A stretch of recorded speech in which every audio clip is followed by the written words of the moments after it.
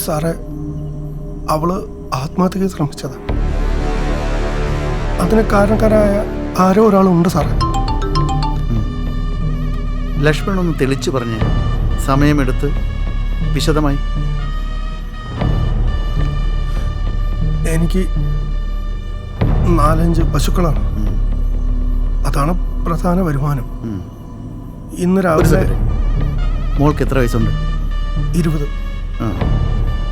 ഇന്ന് രാവിലെ അവള് കുളിക്കാൻ കയറി. എനിക്ക് മൃഗാശുപത്രിയിലേക്ക് ഒന്ന് വിളിക്കാനുണ്ടായിരുന്നു.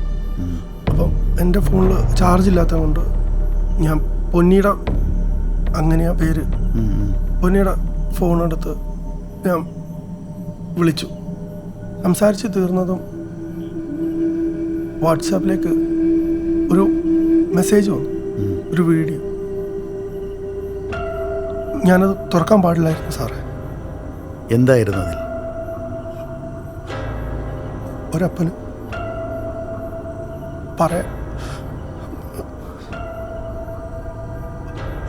അവളുടെ തുണിയില്ലാത്തൊരു വീഡിയോ ആയിരുന്നു സാർ. Relax relax. ലക്ഷ്മണ, ഒന്ന് ചോദിക്കട്ടെ, അവളുടെ ഫോണിലേക്ക് വേറെ ഏതോ നമ്പറിൽ നിന്ന് വന്നിട്ടുള്ളൊരു വീഡിയോ, അവളുടെ തന്നെ nude video. I am sorry, അതിലവൾ മാത്രമേ ഉള്ളായിരുന്നോ അതോ? ചോദിക്കാൻ കാര്യം വേറൊന്നുമല്ല. പെൺകുട്ടികൾ ഡ്രസ്സ് മാറുന്നതും അതുപോലെ തന്നെ കുളിക്കുന്നതുമൊക്കെ പല ഞരമ്പ് രോഗികളും ഇതുപോലെ വീഡിയോ എടുത്ത് പകർത്താറുണ്ട്. അങ്ങനെ ഒരുപാട് കേസുകൾ ഇവിടെ വന്നിട്ടുണ്ട്. അതുകൊണ്ട് ചോദിച്ചാൽ ഒരു സാറേ, സിനിമയിലൊക്കെ കാണുന്ന പോലെ ഒരു വലിയ കട്ടിലൊക്കെ ഉള്ള മേശയൊക്കെ ഉള്ള ഒരു മുറിയാണ്. ഞാൻ 5-6 സെക്കൻഡ് അതിലേക്ക് നോക്കിയിട്ടുള്ളൂ. അതിൽ അവൾ മാത്രമേ ഉള്ളൂ സാറേ. എനിക്ക് തല കറക്കുന്ന പോലെ തോന്നി സാർ. ഞാൻ ഫോണ് മേശപ്പുറത്ത് തന്നെ വെച്ച് അപ്പോഴാ പൊന്നി കയറി വന്നത്. ഇതെന്താടി അതിൻ്റെ മുളയെന്ന് ഞാൻ ചോദിച്ചു. അവൾ ഫോണെടുത്ത് നോക്കി. എനിക്ക് ചെവിയിലൊക്കെ ഒരു മൂളൽ പോലെ. പിന്നെ എനിക്കവിടെ നിൽക്കാൻ തോന്നിയില്ല സാർ. വീടിൻ്റെ കുറച്ച് താഴെയാണ് കാലം. ഞാൻ അവിടെ ചെന്നിരുന്നു. കയ്യും കാലൊക്കെ വിറച്ചിട്ട് പാടില്ല. ഒരു അരമണിക്കൂറോളം ഞാൻ അവിടെ ഇരുന്നു. അപ്പം ഒരു നിലവിളിയും ബഹളമൊക്കെ കേട്ട് ഞാൻ വീട്ടിലേക്ക് ഓടി ചെന്നപ്പോൾ ഫാനിൻ്റെ കുരുക്കുന്ന് അറുത്ത് താഴെ ഇറക്കുന്ന പൊന്നീനെയാണ് സാറേ കണ്ടത്. ആരാ ആദ്യം കണ്ടത്? രമയാണ് സാറേ. അമ്മയില്ലാത്ത കൊച്ചായനെ കൊണ്ട് അയൽപ്പക്കക്കാർ എന്തുണ്ടാക്കിയാലും അവൾക്ക് തിന്നാൻ കൊണ്ട് കൊടുക്കും. അങ്ങനെ വന്നപ്പോഴാണ് കണ്ടത്. രമ ബഹളം വെച്ച് നാട്ടുകാരൊക്കെ ഓടിക്കൂടി താലൂക്ക് ആശുപത്രിയിലേക്ക് കൊണ്ടുപോയി. നെഞ്ചെടുപ്പ് ശ്വാസം ഉണ്ടെന്നേ ഉള്ളൂ സാറേ. ഇതുവരെ ബോധമൊന്നുമില്ല.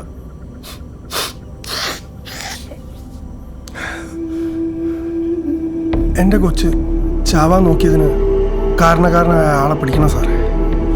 ആ വീഡിയോ വേറെ ആർക്കെങ്കിലും അയക്കുന്നതിന് മുന്നേ അവനെ പിടിക്കണം. അത് വേറെ ആരും കാണരുത് സാറേ. സമാധാനമായിട്ടിരിക്കേ, ഞങ്ങളൊക്കെ ഇവിടെ ഇല്ലേ. പിന്നെ നാളെ മോടെ ആ ഫോൺ ഇവിടെ എത്തിക്കണേ. കൊണ്ടുപോകുന്നുണ്ട് സാറേ. ഉണ്ടോ? ആ, ഗുഡ്. ഇങ്ങെടുക്ക്.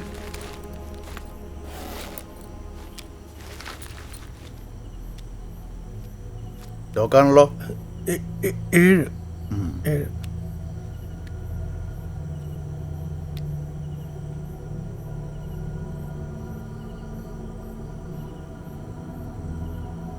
എവിടെ? വാട്സാപ്പിലാ. ഈ ഫോണിൽ വാട്സപ്പ് ഇല്ലല്ലോ ലക്ഷ്മണ. വാട്സപ്പും ഇല്ല, അതിലുണ്ടായിരുന്നു സാറേ. വീഡിയോ ഇല്ല. ഉണ്ടെങ്കിൽ എവിടെ? ഇതാ നോക്ക്. യഥാർത്ഥത്തിൽ അങ്ങനെ ഒരു വീഡിയോ താൻ കണ്ടായിരുന്നോ? അശോക! അയ്യോ സാറേ, വേറെ ആരോടും പറയില്ല സാറേ. ഇത് സാറ് മാത്രം അന്വേഷിച്ചാൽ മതി. വേറെ ആരോടും പറയല്ലേ. താൻ എന്തൊക്കെയോടെ പറയുന്നത്? പോലീസുകാരോട് പറയാതെ എങ്ങനെ അന്വേഷിക്കും? താൻ സമാധാനമായിട്ടിരിക്കേ. സ്റ്റേഷനിൽ വരുന്ന പരാതികളൊക്കെ അന്വേഷിക്കാൻ ഞങ്ങൾക്കൊരു പ്രോട്ടോക്കോളൊക്കെ ഉണ്ട്. നാട്ടുകാരറിയാതെ നമുക്കിത് മാനേജ് ചെയ്യാവുന്നേ. അശോക്, ഇങ്ങോട്ട് വന്നേ. അതെ ലക്ഷ്മണൻ ധൈര്യമായിട്ടിരിക്കേ. ആ ഫോൺ ഇങ്ങോട്ട് വാ.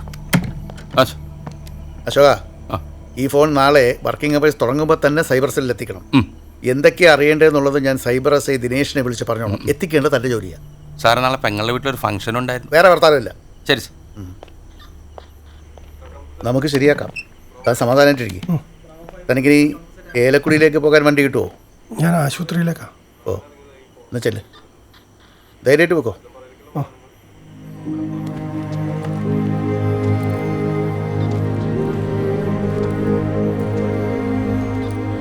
അധികാരം അറിയില്ല സാറേ. സമാധാനമായിട്ട് പോ.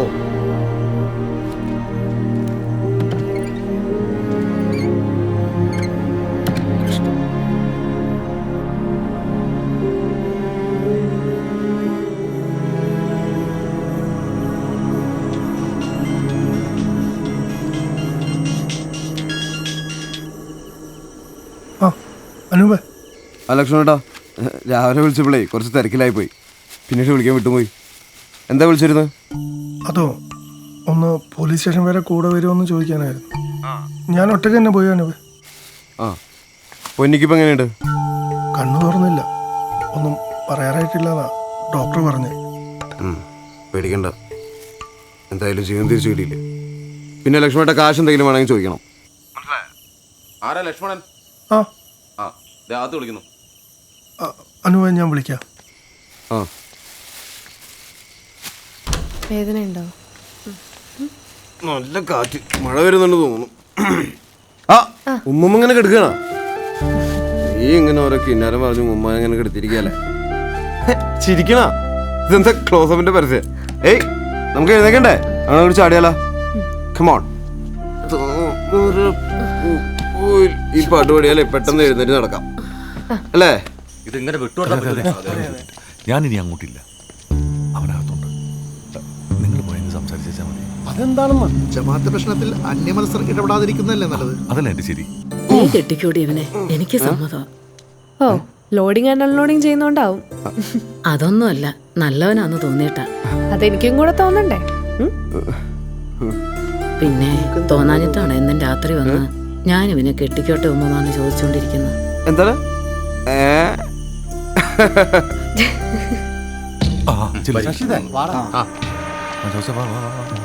മാറി നിന്ന് കാണാതെ കള്ളി. അതെ, ഇനിയെന്താ ആവശ്യങ്ങളുണ്ടോ? ആ മൊബൈലിൽ മണി ഹീസ്റ്റിന്റെ സെക്കൻഡ് സീസൺ കൂടെ വെച്ചീന ഹാപ്പി. അപ്പൊ ഫസ്റ്റ് സീസൺ അത് ഞാൻ എപ്പോഴേ കണ്ടു കഴിഞ്ഞു. കണ്ടു കഴിഞ്ഞ? ഞാൻ ഇതുവരെ കാണാൻ തുടങ്ങിയിട്ടില്ല. ആരാ നീ ആരാടാ പുല്ലേ? ഇതേ മര്യാദയ്ക്ക് സംസാരിക്കണം, മനസ്സിലായ? റഷീദേ, റാഫി, നിങ്ങൾ മുണ്ടാണ്ടി. തൻസി എന്ന് പറഞ്ഞ കുട്ടിയുടെ വീടല്ലേ ഇത്? അതെ. അവളുടെ മരിച്ചുപോയ വാപ്പാടെ ജമാഅത്തിന്ന് വിളിച്ചു പറഞ്ഞിട്ട് വരികയാണ് ഞങ്ങള്. നിനക്കെന്താ ഈ നേരത്ത് ഞങ്ങളുടെ കുട്ടിയുടെ വീട്ടിലെ കാര്യം? ഈ പറഞ്ഞ കുട്ടി എന്റെ ജൂനിയർ ആയിട്ട് കോളേജിൽ പഠിച്ചതാണ്. എന്റെ ഫ്രണ്ടാണ്. ഫ്രണ്ട് ഉണ്ടാ? ഞങ്ങളുടെ സമാജത്തിലെ പെണ്ണിനെ കിട്ടുള്ളൂ നിനക്ക് ഫ്രണ്ടാക്കാനും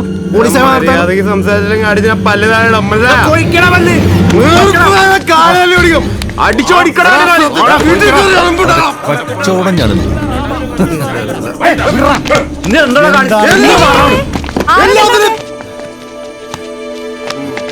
അനൂപേട്ടൻ, ഞാൻ വിളിച്ചിട്ട് വന്നതാ.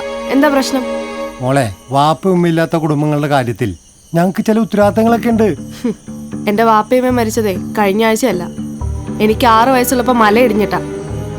പിന്നങ്ങോട്ട് എന്റെ ഈ ഉമ്മൂമ്മ കടന്ന് കഷ്ടപ്പെടുമ്പോഴും നിങ്ങളൊക്കെ നടത്തി തന്ന കല്യാണത്തിൽ പെട്ട് ഡിവോഴ്സ് കിട്ടാതെ നരകിക്കുമ്പോഴും ഈ പറഞ്ഞ കരപ്രമാണിമാരെയൊന്നും കണ്ടില്ലല്ലോ. ഇനി അങ്ങോട്ട് ആരുടെ ആവശ്യമില്ല എനിക്ക്. മോളെ, നീ അങ്ങനെ പറയരുത്. ആ, അങ്ങനെയാണ് ഈ പ്രായമുള്ളവർ പറയട്ടെ. പറവുമ്മ. എന്റെ കുട്ടി അവൾക്ക് ഇഷ്ടമുള്ള പോലെ ജീവിക്കും. ഇറങ്ങിക്കോണം സകലതും എന്റെ വീട്ടിൽ നിന്ന്.